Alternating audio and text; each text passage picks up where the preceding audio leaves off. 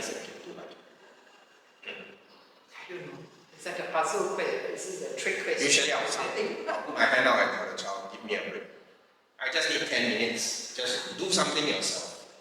Okay. Yeah, and I think, do you think that's useful? I mean, then you can go and breathe and stretch it out for like 10 to 5 minutes. It depends on the age of the child. Okay. I think this is a great strategy because when children are younger, like nursery or younger, and if you want that me time and if you want a break and if you tell your children, give me a breather, it's hard but it can still be done.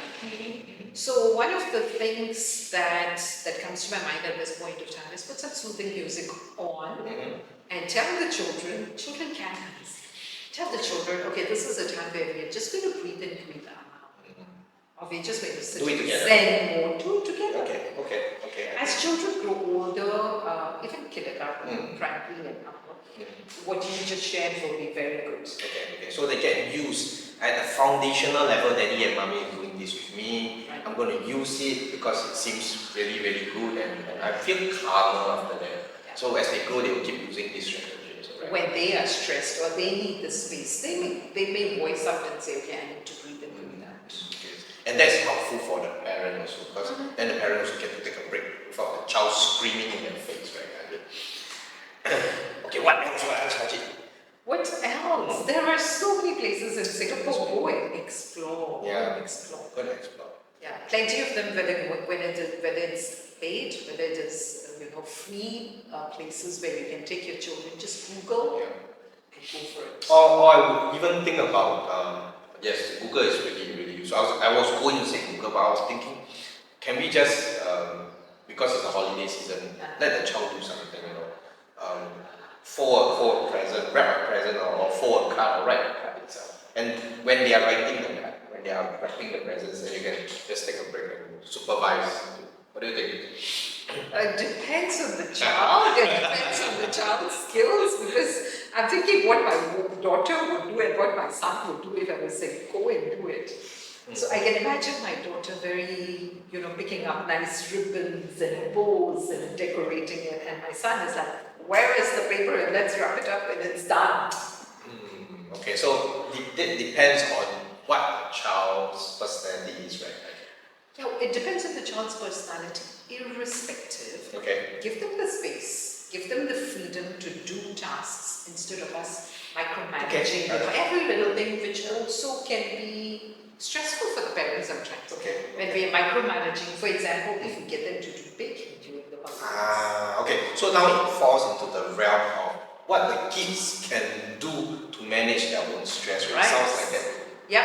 Because switching on to that. We need to remember that kids also get stressed out with the change of routine during the holidays, because you probably move around a lot during the holidays. You probably have more gatherings. You go to a friend's house, go to a relative's house, and sometimes during the holidays there's even more homework to complete. Especially nearer to the end, when it's the end of the year, you start to realize, hey, I forgot my homework and I want to do it more. So I think we need to provide some small tips that parents can, give to their children to deal with the overwhelming stress. So let's come up with the first one. What is the first tip you would give to the parents? I think the most important thing that we can give to the parents is more ideas on what to do. Really? Sounds weird. No, it sounds good. The list is never exhaustive. The bigger and the longer the list, the better it will be. I think reading, encouraging some level of reading. Listening to music. Listening to music. Or in present parenting environment, you will be with the iPad. You go and watch the iPad and be stressed. What do you think? Good idea? Question mark. A lot of gaming. I mean, during the holidays in the past during holidays, I do have to go a lot from home. But my parents would take out the gaming console. Right. And those times, yes. Yeah, then we get some time on the gaming console. Some time. And then that was how I managed my stress in the past. Or when we couldn't use the gaming console, then I would actually be reading actually. So that's why I'm offering the tip of reading, because as a kid I read a lot. I did too. So One suggestion would be actually to still have some sort of a rough routine during the day. Okay. So a routine would be, just for example, could be something like by 8 a.m. you're out of bed. You're depending on your family, depending on your child, the 8 could be 9 a.m. Brush your teeth, shower, breakfast. Okay. Okay. Right? So you've got something going on in the morning. If you've got children who are early risers and one of the parents is an early riser as well, go for a walk. Go and explore the neighborhood, the park nearby. Okay. Right?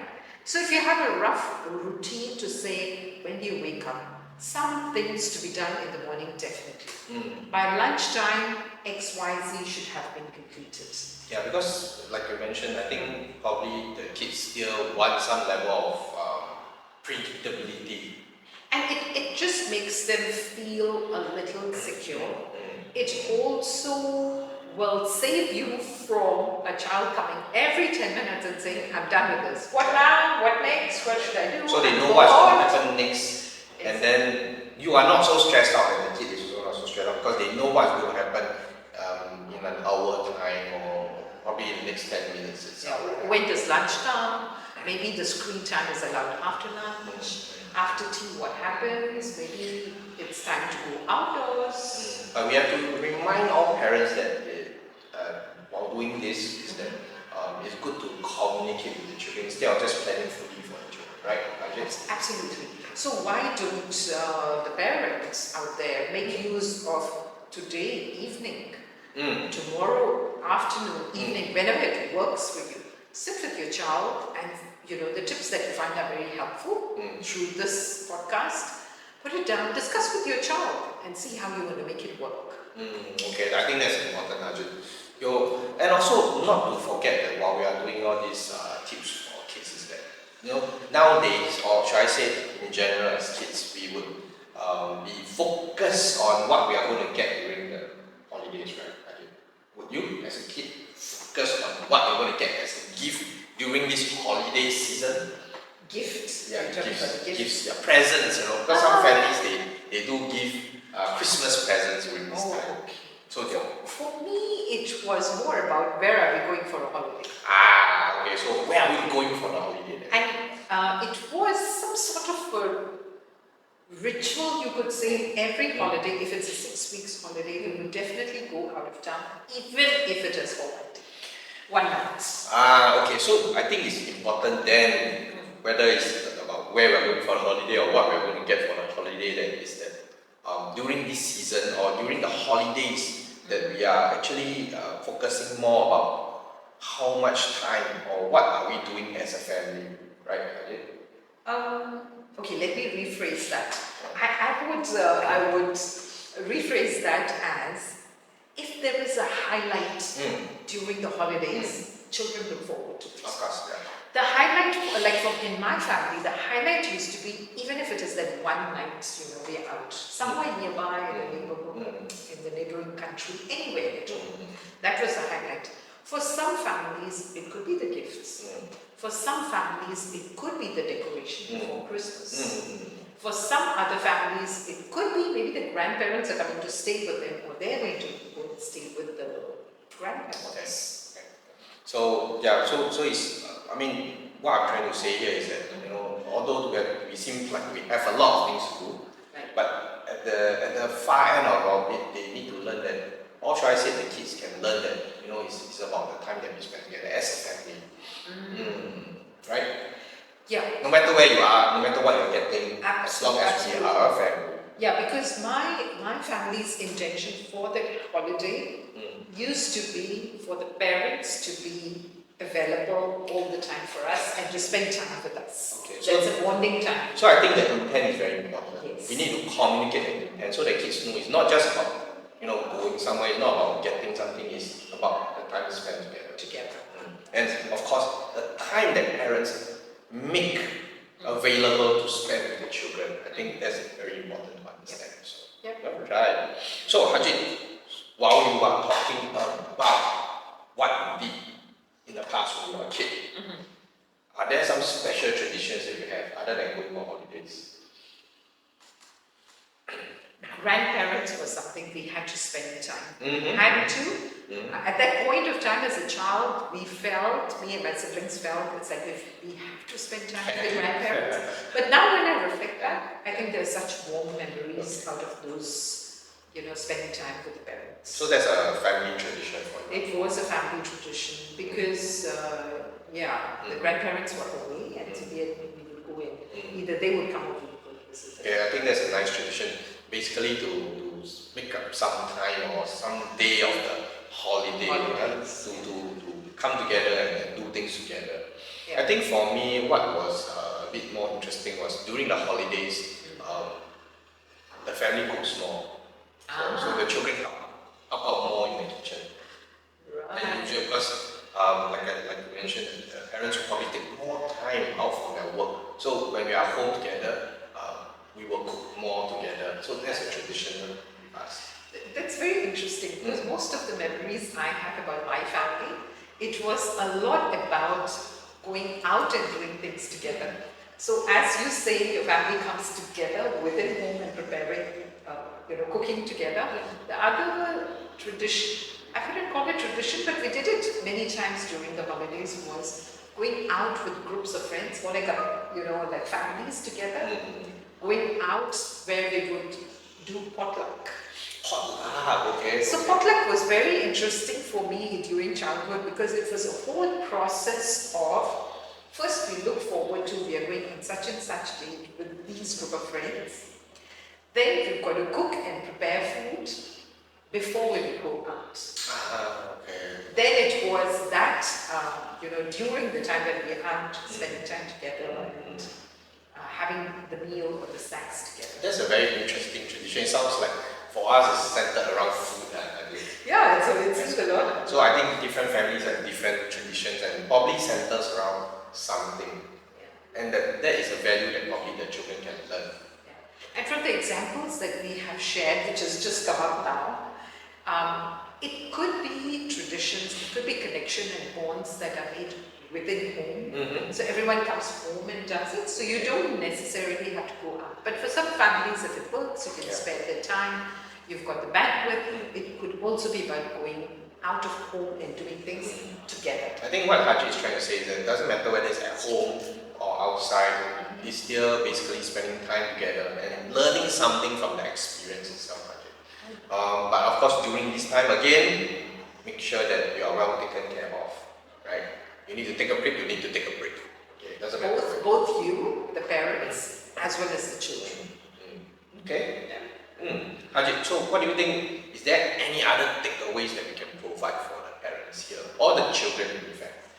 Personally, I would like a long list of where are the places I can take my child. Okay, but nowadays Google is available. Yeah. So we don't have to give them everything. They don't. can always Google. There are plenty. Actually, Singapore has grown. I think the number of places you can go to has grown over a period of time. Activities, in fact. I think there's a lot more activities that we used to have.